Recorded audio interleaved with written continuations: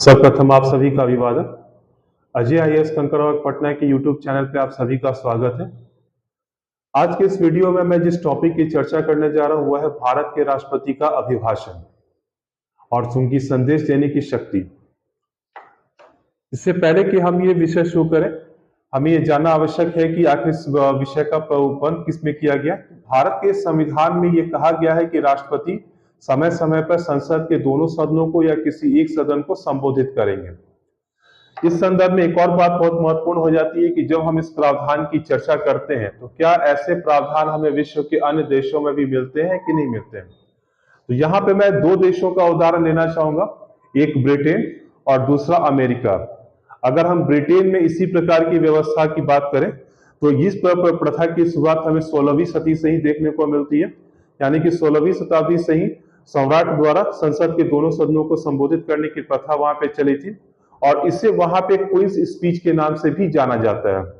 दूसरी तरफ अगर हम अमेरिका की बात करें तो 1790 में पहली बार जॉर्ज वाशिंगटन ने अमेरिका में कांग्रेस को संबोधित किया था और वहां पे यह अपेक्षा भी की गई थी कि राष्ट्रपति समय समय पे कांग्रेस को इस बात से अवगत कराते रहेंगे कि सरकार के क्या कार्यक्रम एवं नीतियां हैं।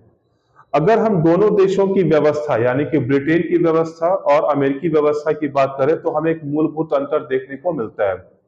जहां ब्रिटेन में महारानी के लिए आवश्यक होता है कि वह व्यक्तिगत तौर पर आके संसद को संबोधित करे, वहीं दूसरी तरफ अमेरिका के राष्ट्रपति के लिए अनिवार्य नहीं है, वह चाहे तो लिखित तौर पर भी एक भाषण कांग्रेस को भेज सकते हैं और उसमें अपने सरकार की प्राथमिकता का उल्लेख कर सकते हैं।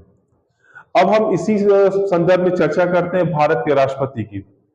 चूंकि हमने ब्रिटिश परंपरा को अपनाया हुआ है तो ब्रिटिश परंपरा को अपनाया हुआ तो हम यहाँ पे इसी ब्रिटिश परंपरा को ही हम ये फॉलो करते हैं, यानी कि जिस प्रकार से ब्रिटेन में कार्य प्रणाली है उसी प्रकार से भारत के राष्ट्रपति भी इसी प्रकार से संसद को संबोधित करते हैं। अगर इसका इतिहास देखा जाए तो इतिहास भारत शासन अधिनियम जब 1919 पारित हुआ उसके बाद से गवर्नर जनरल से यह अपेक्षा थी कि वो केंद्रीय विधान परिषद को संबोधित करेंगे, परंतु उनका यह संबोधन 1947 तक चला और उसके बाद उनके द्वारा यह कोई संबोधन नहीं किया गया। भारत के राष्ट्रपति के संदर्भ में सबसे उल्लेखनीय यह था कि जब स्वतंत्रता के बाद संविधान प्रवर्तन में आया तो राष्ट्रपति राजेंद्र प्रसाद ने यहाँ पे संसद के दोनों सदनों को पहली बार संबोधित किया। लेकिन इस संबोधन में एक बहुत ही यूनिक बात यह थी, यहाँ पे मूल संविधान जब प्रवर्तन में आया तो राष्ट्रपति से यह अपेक्षा थी कि वह संसद के हर एक सत्र अधिवेशन को संबोधित करेंगे, जिसके कारण जटिलता बढ़ती थी।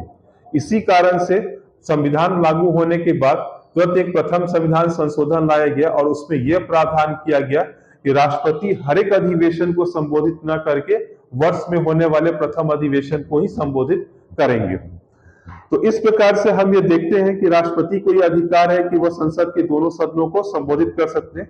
तो यहाँ पे अनुच्छेद 87 का उल्लेख करना आवश्यक कि कौन कौन से ऐसे दो अवसर हैं जहां पर राष्ट्रपति संसद को संबोधित करते हैं। इसमें सबसे पहला आता है कि जब भी देश में आम चुनाव होते हैं, आम चुनाव के बाद जो भी पहला सत्र जारी होता है उसमें राष्ट्रपति संबोधित करते हैं। दूसरा, प्रत्येक वर्ष होने वाले प्रथम सत्र को। जब हम राष्ट्रपति के अभिभाषण से संबंधित मुद्दों की बात करते हैं तो सबसे प्रथम मुद्दा हमें यह नजर आता है कि राष्ट्रपति का अभिभाषण तैयार कैसे होता है। तो यहाँ यह उल्लेखनीय है कि इसकी जिम्मेवारी संसदीय कार्य मंत्रालय की होती है। संसदीय कार्य मंत्रालय को जब भी राष्ट्रपति का अभिभाषण तैयार करना होता है वो हर एक मंत्रालयों से उनकी राय और विचार मांगता है और उनकी प्राथमिकताओं का उसमें उल्लेख किया जाता है।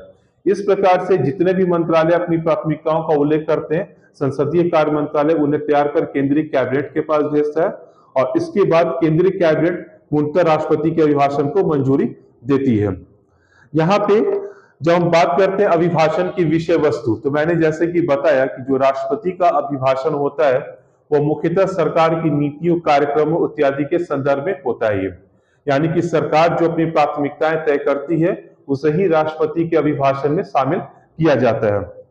इसके बाद अगर हम ये चीज देखें कि अगर राष्ट्रपति अभिभाषण के किसी बिंदु से सहमत नहीं है तो ऐसी दशा में क्या होगा। तो संविधान में स्पष्ट तौर पर यह उल्लेख है कि राष्ट्रपति अपनी संवैधानिक दायित्व का यानी कि अभिभाषण देने के दायित्व से बच नहीं सकते, परंतु उन्हें यह अधिकार होता है कि यदि अभिभाषण के दौरान कुछ बिंदु सामने आए हैं जो कि उनके मन मुताबिक नहीं भी है तो भी वह उन्हें भाषण देने से रोक नहीं सकती, यानी कि उन्हें हर हाल में अभिभाषण देना ही होगा।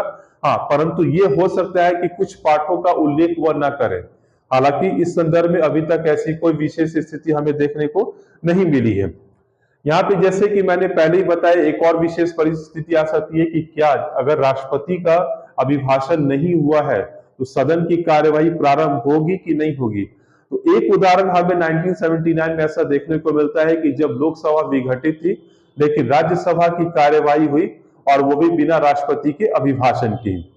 जब राष्ट्रपति का अभिभाषण समाप्त हो जाता है तो उस अभिभाषण पर चर्चा भी चलती है और एक धन्यवाद प्रस्ताव भी पारित किया जाता है। और धन्यवाद प्रस्ताव का लोकसभा में पारित होना जरूरी है, राज्यसभा में पारित हो या ना हो यह विशेष महत्व नहीं रखता, क्योंकि अल्टीमेटली सरकार को अपना बहुमत लोकसभा में सिद्ध करना होता है। धन्यवाद।